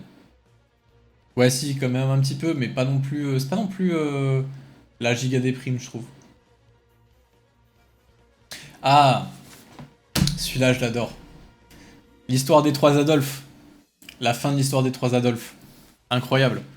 On te fait un manga entier sur la Seconde Guerre mondiale, sur un juif qui se fait persécuter, qui subit la Shoah et tout, de comment un petit Allemand qui était pote avec ce juif-là finit par être complètement embrigadé et à participer à la Shoah de manière active et tout. Donc tu sais, vraiment le truc classique sur la Seconde Guerre mondiale. Mais paf, fin du manga, les derniers chapitres, qu'est-ce que c'est? Le juif qui a subi la Shoah, qui part en Palestine massacrer des Palestiniens, et qui montre, qui répète le cycle de la violence, alors, et qui répète sur la population palestinienne les trucs qu'il a lui-même subis pendant la Seconde Guerre mondiale. Absolute BD, bande dessinée, hein, genre... les couilles de Tezuka quand il a écrit ce truc-là. Genre vraiment... bravo Tezuka, hein, j'ai envie de dire. Donc ça pareil, c'est une fin assez incroyable. Bon, Vinland Saga, on en a parlé tout à l'heure. Je vais pas me répéter là-dessus. Oui, non mais vraiment les grosses couilles qu'il a eu avec l'histoire des trois Adolphes. En plus, c'est tellement bien intelligent, fait de manière intelligente, tu vois. C'est pas un bête truc de le mec il reproduit genre c'est pas parce que c'est pas un mec tu vois qui va reproduire les violences qu'il a subies parce que sa psychologie a été impactée et que du coup ça lui fait faire ça. Non, pas du tout, ça montre bien que c'est des problèmes qui sont systémiques qui est que ben on a décidé de donner une partie des terres palestiniennes pour créer l'État d'Israël et que cet état de fait que des mecs qui sont plongés là-dedans, malgré le fait qu'ils aient subi la Shoah, qu'on les ait exterminés, etc., vont faire pleuvoir des bombes sur des gamins parce qu'ils vont être pris dans, dans, dans les grandes structures de l'histoire et qui vont être poussés entre guillemets à être comme ça quoi. Bref. Bravo Tezuka. Mais encore une fois, j'en ai parlé dans la vidéo sur Fullmetal Alchemist. J'ai fait une dernière partie que j'ai dédiée à l'histoire des trois Adolphes, parce que je trouve que le message du manga complétait bien celui du message de Fullmetal Alchemist. La fin de Mauvaise Herbe, ouais, la fin de Mauvaise Herbe est excellente aussi, effectivement. D'ailleurs, je tiens à vous conseiller de lire Mauvaise Herbe de Keigo Shinzo. C'est vraiment un super manga. Et c'est seulement en 4 tomes, donc ça se lit très vite.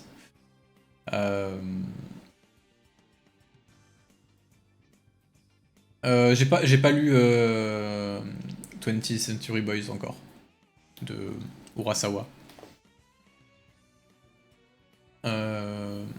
Après oui, la fin d'FMA, pareil, j'en ai parlé tout à l'heure, elle est très bien. Planète. Je me souviens même plus de la fin de Planète, mais enfin, j'en ai un vague souvenir, tu vois. Mais c'est vrai que c'était, je me souviens que ça m'avait plutôt marqué. Alors qu'en plus, on était un peu sur une œuvre qui avait pas vraiment de réel fil rouge. Et réussir à bien conclure un truc qui a pas de réel fil rouge, où c'est un peu un chapitre, une histoire quasiment, c'est assez costaud.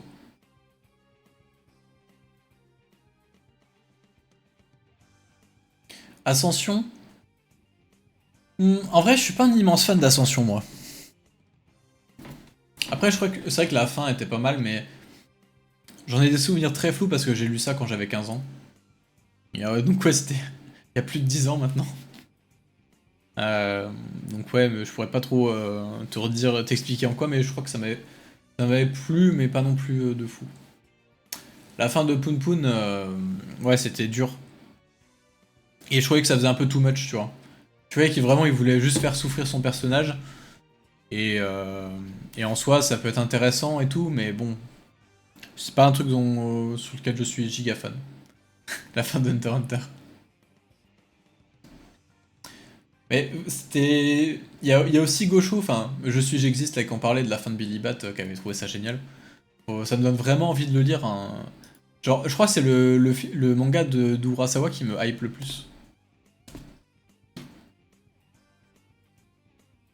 Ah, mais oui, j'ai lu récemment en plus. La fin de Lone Wolf and Cub. Énorme. Énorme. Franchement, la fin est. Ouais, bref, c'est incroyable.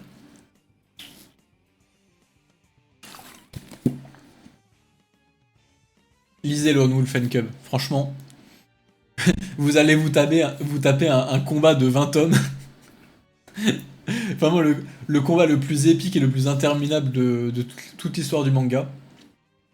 Genre, enfin, je dis ça, c'est pas un combat continu, hein, mais c'est genre, t'as en gros un clan qui se met à traquer et tout, et genre à chaque fois il va buter un fils du clan, puis il y en a d'autres qui apparaissent, puis un autre clan, enfin un clan secret dans le clan, tu vois, c'est vraiment genre des trucs comme ça.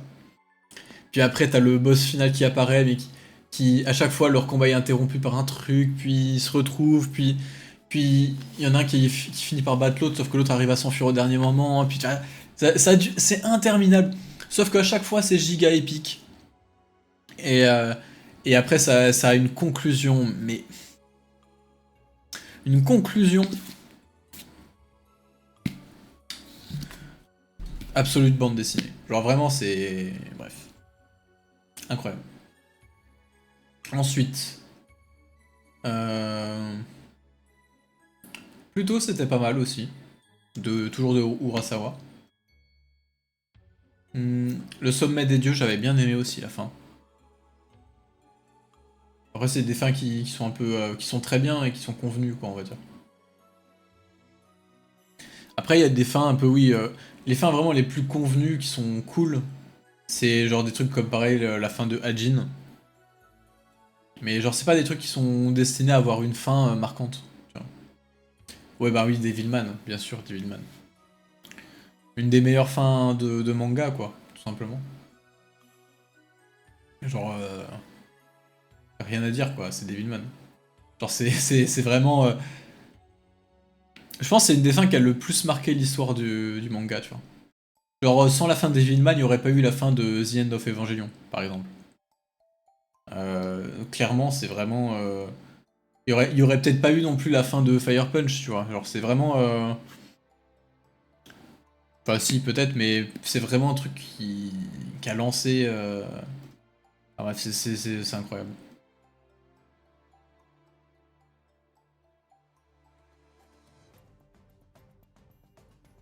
Hmm. Ah oui, j'ai bien aimé aussi la fin de La planète verte de Keigo Shinzo. Parce que la fin, c'est vraiment un mec qui finit par se dire. Par abandonner un peu tout ce qu'il a tout, et tout pour lancer une espèce de révolution contre la bourgeoisie. Bon, c'est sur une planète de grenouilles, mais c'est un peu ça, quoi. Et c'est très mignon. La fin de Orb aussi, elle est pas mal. Vous savez, du mouvement de la Terre. Franchement, j'ai beaucoup aimé. Avec, tu sais, vraiment toute l'histoire ultra palpitante et tout. Genre, vraiment, les mecs qui se battent jusqu'au bout, jusqu'à la mort pour faire poursuivre leur connaissance, tout ça. Tout ça pour qu'au final, à chaque fois, ils échouent, ils échouent, ils échouent. Mais il reste à chaque fois un tout petit truc qui permet de continuer. Et quand à la, tout- et quand à la toute fin, ils sont genre ils échouent vraiment, tu vois. Il y a juste un message qui part et qui est perdu entre guillemets. Et au final, c'est juste un mec un random mec qui entend euh, une partie du message qui est récité par un inconnu, tu vois, et qui est en mode Hmm. Tu sais, et puis t'as le point d'interrogation qui s'élève et tu te rends compte qu'en fait, euh, de toute cette histoire-là, il y a que une petite phrase qui a été retenue, et que c'est cette petite phrase qui va le faire réfléchir à propos d'un truc, qui va ensuite donner la l'idée de l'héliocentrisme, quoi. J'ai été déçu par Orb. En fait, c'est parce que je connais les pratiques de l'Inquisition de l'époque, je sais que c'est pas réaliste. Oui, bon, ça, c'est pas très grave. Finalement, c'est juste une rumeur ou un bruit de couleur qui perdure. Ouais, non, vraiment, c'est très bien, hein. Franchement, c'est super cool. Le fait que, genre, vraiment, tous. La conclusion de ça, ça soit qu'un mini truc et donner juste une idée à un mec random dans la rue d'avoir. Enfin, de vraiment de retrouver la réponse, c'est vraiment bien. Usogi, je sais jamais comment ça se prononce. Usogui, je sais pas. J'ai pas lu le manga. Et en vrai, de base, il m'attirait un peu, mais l'auteur est tellement raciste. C'est tellement un fils de pute que vas-y flemme. Peut-être que je lirai un jour quand même en scan, bien sûr, pour pas lui donner le moindre argent. De toute façon, c'est pas édité en France. Mais c'est vraiment tellement un connard l'auteur de Usogui que flemme de lire son histoire. Mais apparemment, c'est très bien, hein. Après, oui, si on compte les animés, ben il y a Legend of the Galactic Heroes, hein, bien sûr. La fin est juste géniale.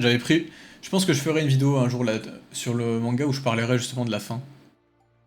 Avec vraiment une phrase que je retiens de fou de, dans le dernier épisode de Julian Mitz qui dit ouais. Enfin, une phrase vraiment qui résume tout l'animé et puis qui est ultra vrai, tu vois, dans la vraie vie, c'est euh, la politique prend toujours sa revanche sur les gens qui la dénigrent, tu vois. Le fait que abandonner la politique limite tu sais, en étant un peu hautain en mode de toute façon moi je suis trop bon pour ça, tu vois, genre ça m'intéresse pas, c'est de la merde et tout. Euh, ben c'est tous ces gens qui pensent comme ça. Tu sais, ça fait un peu le même, vous savez, I don't care about politics and The, the, the people who don't care about politics when the politics don't care about them, tu vois. Genre les gens qui... Genre tu les vois qui se font bombarder. Genre les gens qui en ont rien à foutre de la politique, quand la politique n'en a plus rien à foutre d'eux, ben... ils meurent. Donc, tu vois, il y a vraiment c'est vraiment ça la fin de Legend of the Galactic Heroes. Je trouve enfin, dans la phrase qu'il y a de Julian Mintz. Et je trouve que c'est une phrase très... enfin, vraiment, vraiment incroyable parce que ben, c'est vraiment une phrase qui explique en quoi il faut s'intéresser à la politique, quoi. Et toute l'histoire nous parle de ça. Toute l'histoire, c'est que des débats un peu de politique et, euh, et d'idéologie, c'est des combats d'idéologie qui d'ailleurs sont représentés de manière très spectaculaire par les gens qui les défendent, tu vois.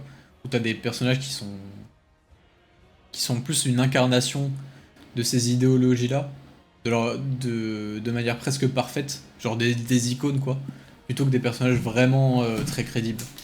Même s'ils arrivent quand même à être crédibles quand même, c'est assez impressionnant comme tour de force. Bref. Allez voir Legend of the Galactic Heroes, c'est juste le meilleur animé de tous les temps.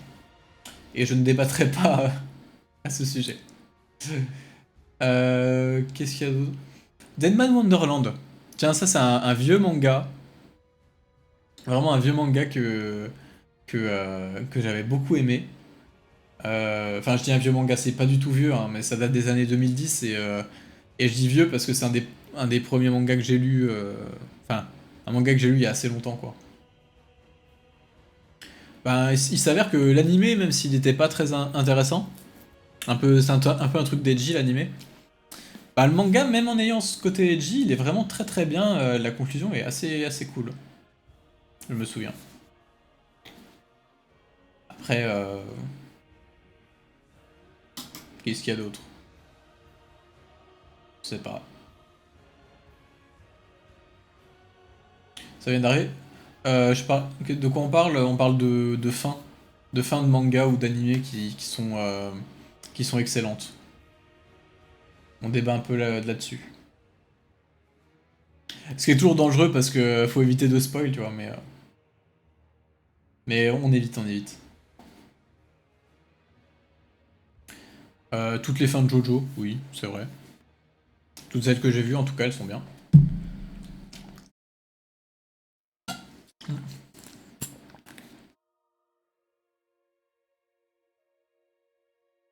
Et d'ailleurs, c'est vrai que la fin de la partie 6 fait un peu penser à la potentielle fin qu'on va avoir de la partie de Chainsaw Man, c'est assez marrant.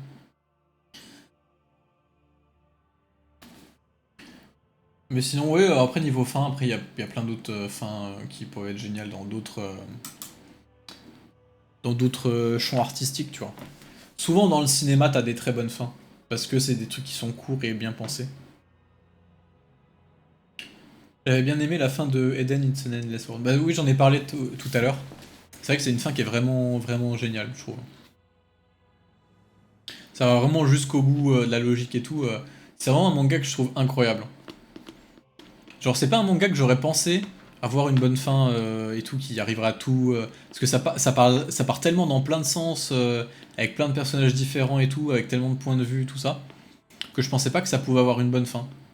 Et franchement, le manga m'a donné tort, quoi. C'est vraiment un manga. Eden, c'est vraiment un manga de fou, je trouve. Ça fait partie de mes 10 sur 10, quoi. Après, il y a les mangas courts, hein, genre des Look Back et des Adieu Eri, je trouve ça génial, hein, comment ça se fait. La fin du Parrain 1. Et du Parrain 2, en vrai, aussi.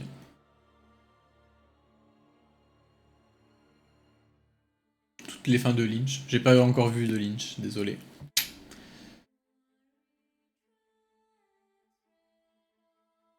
Toutes les fins de romans de Robin Hobb. La fin du Seigneur des Anneaux, la fin des romans de Terre-Mère. Oh ben, ça, je suis d'accord. D'ailleurs, j'ai lu les trois. Enfin, non, j'ai pas lu Le Seigneur des Anneaux. J'ai vu les films, quoi. Mais la fin des romans de Terre-Mère est vraiment. Enfin, j'ai lu la trilogie de base. Ouais, c'est vraiment incroyable. Et Robin Hood, ben, j'ai lu récemment, rien à redire quoi. Enfin, non seulement Robin Hood, tous les cycles de la saga du Royaume des Anciens ont des fins géniales, mais la fin du fou et de l'assassin, qui vient un peu conclure les 5 cycles en même temps, tu vois, genre... enfin, qui est un peu la conclusion des 5, enfin de tout quoi. Juste waouh. Waouh quoi. Franchement, la fin, ça m'a fait un sacré truc quoi. Des fois, je repense encore, tu sais, j'ai vraiment la scène... En plus, c'est vraiment, il y a zéro... il y a zéro image, si tu veux, parce que c'est full roman. Mais j'ai vraiment la scène qui est ancrée dans mon crâne. Genre vraiment, elle tourne en boucle, quoi.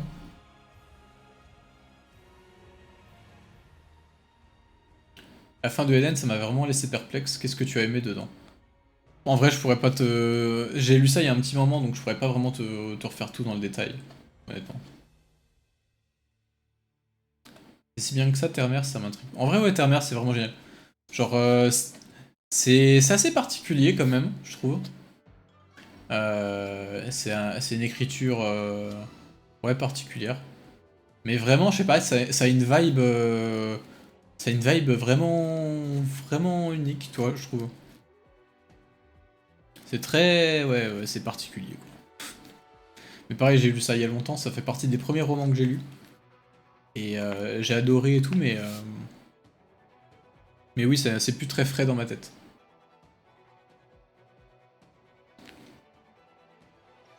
Le Rampeur de l'air, le fou et l'assassin, j'ai lu les premières pages, je sens que le livre va me faire du mal. Franchement, ouais. Hein. Franchement, je te jure, il y a des scènes dedans, elles sont dans mon crâne. Vraiment, ça tourne en boucle. Et c'est à la fois très très dur, mais d'un autre côté, c'est une fin qui est. Enfin, ça se conclut de manière très satisfaisante. Donc, ouais, non, c'est. Vraiment, faut que tu lises. Faut que tu lises, mais ça va être compliqué, quoi. Et surtout après, c'est fini, quoi. Donc, ouais, mais il faut lire. Et quand tu vas commencer, tu vas plus pouvoir t'arrêter, quoi.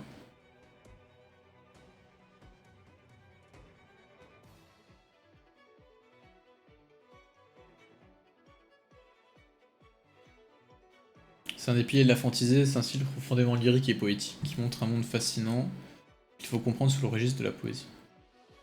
Ouais, c'est vrai que t'as ce côté un peu, ouais. C'est pas très tangible, tu vois, dans Terre-Mère. Il y a beaucoup de trucs. Genre, si t'es un fan de fantasy un peu à la George Martin, tu vois, c'est très, très terre à terre, très. Ça peut être déroutant, je pense. Mais je pense que c'est pour ça aussi que j'avais du mal à vraiment plonger dedans et tout, parce que j'avais ce côté un peu vraiment très terre à terre. Mais j'avais quand même un bon souvenir des romans. Parce que juste, c'était quand même sacrément beau, tu vois, dans l'écriture. C'est super bien écrit. Hein. Mais parce que ben, Intermère, c'est quoi? C'est Ursula K. Le Guin, ouais, elle est énorme. Jeanne d'Avrier, tu penses qu'il y aura une partie 3? Non, je pense pas. Je pense pas. Mais il y aura je mettrai la rediff, t'inquiète, sur... parce qu'on en parle un peu de tout ça. Je la mettrai sur YouTube. T'es pas là pour la lecture, c'est quoi le résumé de ton avis en vif? Comment résumer comme ça? Euh, bah, le résumé, c'est un peu... on va attendre de voir le prochain chapitre, genre, c'est un peu ça. Hein. Mais t'as le côté en moi qui se dit, ouais, il y a moyen que Fujimoto il en ait vraiment marre de dessiner, qu'il fasse un burn-out et qu'il se dit, vas-y, j'arrête tout. Et il y a moyen aussi qu'il nous fasse le chapitre parfait la semaine prochaine, qui vient tout conclure de manière, qui vient proposer un truc absolument génial. Et il y avait aussi ce truc-là de, il y a sûrement un truc à creuser quand même dans la façon dont est construit la partie 2. Et dans le fait que genre la partie 2, tu sais, ça tourne un peu en boucle. Euh, ça stagne un peu sur plein de trucs et tout, genre et qu'au final, la conclusion de tout ça, ça soit qu'il n'y ait pas vraiment de sens dans tout ça, enfin bref.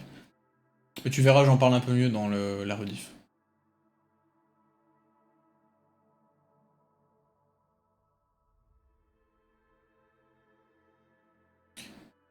Après, George Martin kiffe probablement le gain comme c'est pas permis. Bah oui, mais c'est sûr.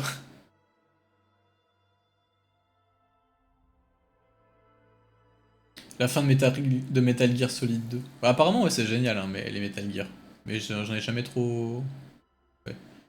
J'ai toujours trouvé ça super drôle, les gens qui mettaient en compétition J.K. Rowling et Ursula Le Guin, parce que c'est vraiment Hydrogène Bomb vs Coaching Baby.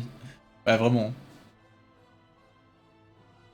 Bah, J.K. Rowling, c'est juste nul, tu vois. Genre, franchement, c'est même pas bien, tu vois, ce qu'elle a fait. Genre, c'est pas bien, quoi.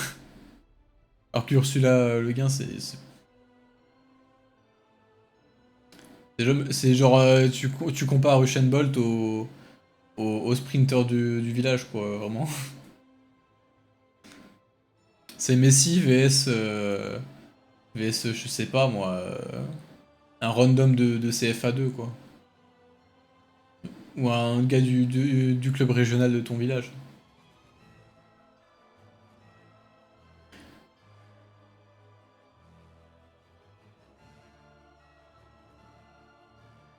Mais après, je me répète ce que je disais tout à l'heure, mais il n'y a pas besoin de tout conclure, en fait. En fait, t'es pas obligé de conclure toutes les intrigues que tu démarres dans une œuvre. C'est pas un critère. Il y a beaucoup de gens qui mettent ça comme un critère un peu de objectif de bonne écriture, tu vois, genre le fait de lancer des narrations, des intrigues et de toutes les conclure une par une et tout, ou ensemble, ou je sais pas. Euh, je pense que les gens se prennent trop la tête avec ça et que des fois il y a des intrigues non conclues, ben c'est pas grave, tu vois. Et c'est même logique. Genre si tu t'adoptes un point de vue un peu réaliste et tout, même en termes de crédibilité, euh, dans la vie, tu vois, il n'y a pas toutes tes intrigues personnelles qui se résolvent, tu vois. C'est pas grave de lancer des trucs et que ça donne rien. Euh, on n'a pas besoin non plus d'avoir des réponses à toutes les questions qu'on se pose. Il y a des trucs qui peuvent rester mystérieux, un peu flous, ou qu'on n'est pas obligé de comprendre, tu vois. Ah, c'est pas grave.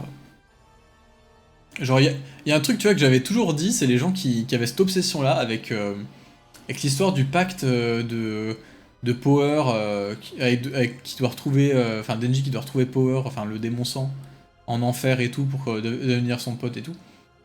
Moi, je suis toujours parti du principe qu'on n'aurait jamais cette intrigue-là dans Chainsaw Man. Genre vraiment. Et je comprends pas que les gens aient fait une fixette là-dessus, alors que pour moi, c'est clairement montré comme quelque chose d'anecdotique, quoi.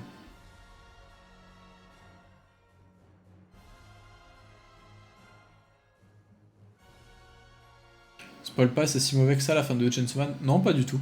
Pas du tout. Le chapitre est même touchant, hein, là, hein. Et de toute façon, il reste un chapitre, donc on va voir ce que ça donne, mais... Non, franchement, moi, le chapitre, j'ai trouvé génial. En fait, c'est pas vraiment le chapitre qui est choquant, c'est le fait qu'on nous dise que c'est terminé juste après. C'est tout. Genre, genre, le chapitre en soi, il est génial, tu vois. C'est vraiment... C'est ultra nihiliste. Genre, c'est vraiment d'une tristesse absolue, mais c'est bien. Enfin, genre, c'est intéressant, quoi.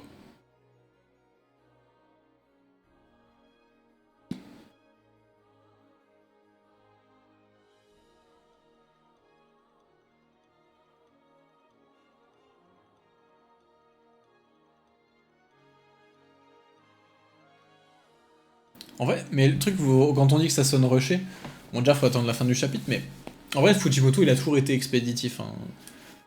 Tout le monde disait que la fin de la partie 1 était rushée, hein, à l'époque où elle se terminait. Euh, Vraiment, quand les gens ont dit que. Je sais plus quand est-ce qu'ils avaient annoncé la fin de la partie 1. Mais ils l'avaient annoncé, genre à 3-4 chapitres de la fin, ou. Je sais plus si c'était 3-4 chapitres de la fin ou au dernier tome, mais je me souviens que tout le monde disait, mais impossible qu'il termine en si peu de temps, quoi.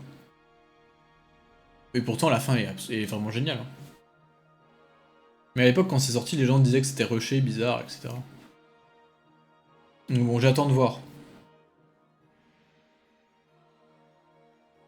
En tout cas, perso, moi, le chapitre... vraiment, j'ai trouvé ça bien. Vraiment, pour moi, le seul truc qui me fait peur, c'est qu'en effet, il y a une possibilité que Fujimoto ait juste fait un burn-out de Chainsaw Man et qu'il en a marre et qu'il veut finir son truc. C'est possible. Mais, mais je pense pas qu'il aurait autant fait traîner le truc avant, tu vois. Genre, je pense pas qu'il se soit levé la semaine dernière en se disant bon allez, ça y est, je conclue mon histoire, tu vois.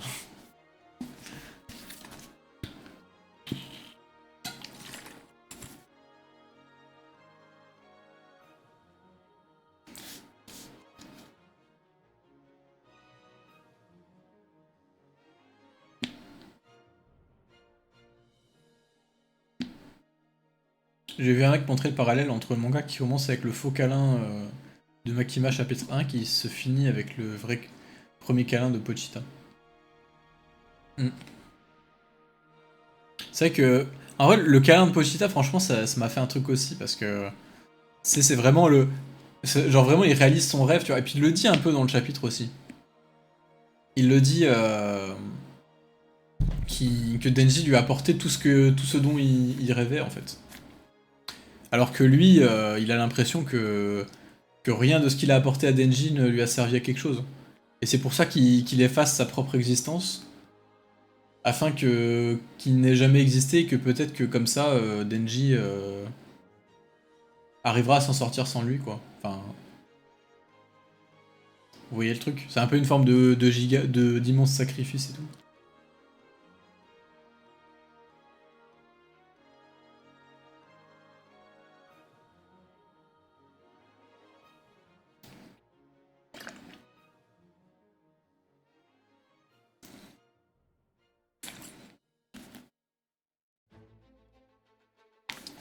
Ah mais il y a Ginalyse, je sais pas quoi là. En vrai, c'est quasiment une chaîne troll, hein, genre. Le mec, genre, tu vois, je pense que bientôt il fera ses vidéos entièrement générées par IA. Genre. Le mec, il a déjà plagié des segments entiers de vidéos et tout, sans en avoir rien à foutre. Vraiment en faisant du copier-coller. Il fait rage-bait sur rage-bait. Et il raconte n'importe quoi, genre vraiment c'est du contenu poubelle, tu vois, qui a but de faire réagir, tu vois. C'est l'équivalent, en fait, c'est l'équivalent YouTube des pastilles bleues sur Twitter, tu vois. Qui ça? Bon, non, t'inquiète. T'as pas besoin de savoir.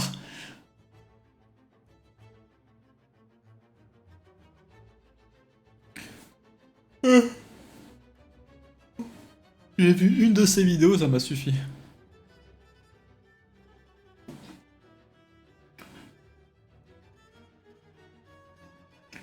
Mais bref.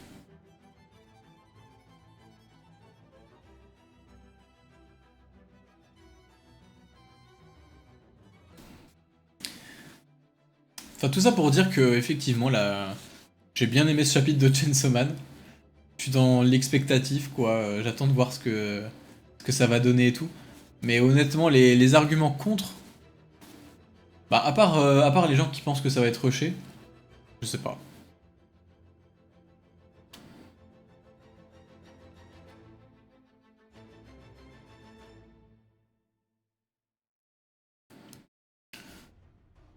Bon,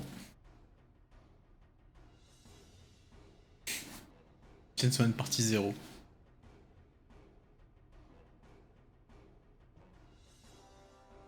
Ah, le chapitre de One Piece aussi fait débat. Non, je pense que je lirai un autre soir parce que, genre, on est plus dans le thème là, je pense. Et là, je suis déjà sur une rediff de 1h45. Mais c'est pas grave, ça va être intéressant parce que j'ai parlé de plein de trucs.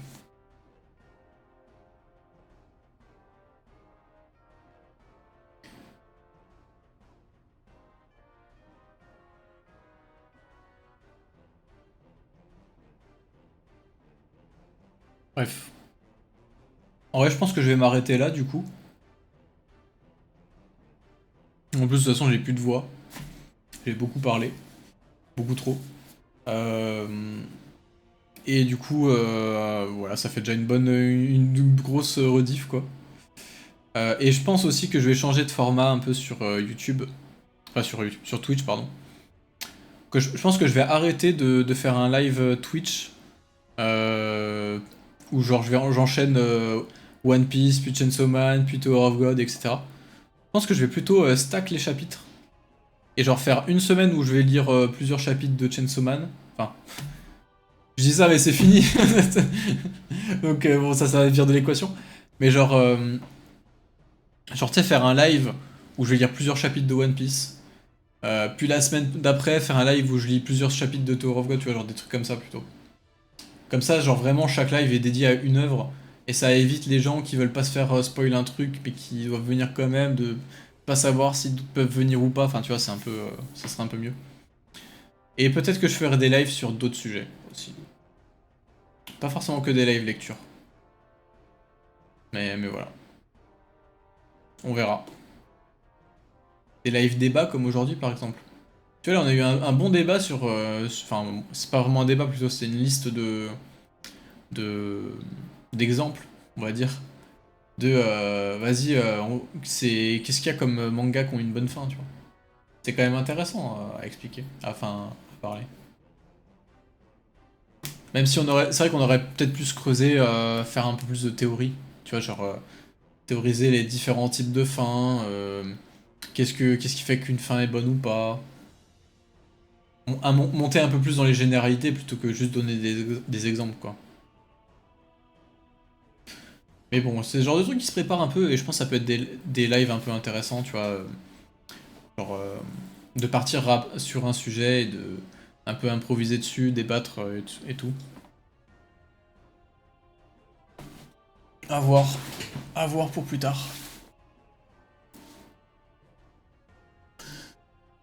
Enfin bref. Je pense que je vais m'arrêter là du coup. Rendez-vous dans 2 semaines pour vivre avec moi la fin de Chainsaw Man. Je pense que la semaine prochaine, je ferai un live One Piece. Et comme ça, on va faire ça mardi prochain, live One Piece. Euh, Comme ça, on se fait, on se fait peut-être 2 chapitres en même temps. Quoique je sais même pas s'il y a un chapitre la semaine prochaine euh, sur One Piece. Je pense que oui, parce qu'il y avait une pause. Le prochain arrive le 22. Ah bah non, du coup, il n'y en a pas. J'ai rien dit. Bon bah, on s'y ira un seul chapitre, du coup. La semaine prochaine. Ou alors on lira Tower of God, comme ça on stack un peu les chapitres de One Piece. Donc vas-y, live Tower of God la semaine prochaine. Et dans 2 semaines, on fera le live Chainsaw Man. En plus, ça tombe bien parce que c'est la semaine de mon anniversaire, tiens. Enfin, j'ai mon anniversaire après le week-end. Bah, bon, c'est un détail. Euh, et, euh, et du coup, ouais, voilà, on fera ça. Et puis peut-être qu'on fera des lives un peu différents. On verra. Bref, merci d'être passé, c'était cool. Bon, il y avait plus de monde que d'habitude, forcément, vu que le chapitre fait réagir de fou. Mais voilà. N'hésitez pas à vous abonner à follow sur Twitch pour pas rater les lives. Et à aller voir la chaîne secondaire pour les rediffs. Bref. Salut YouTube.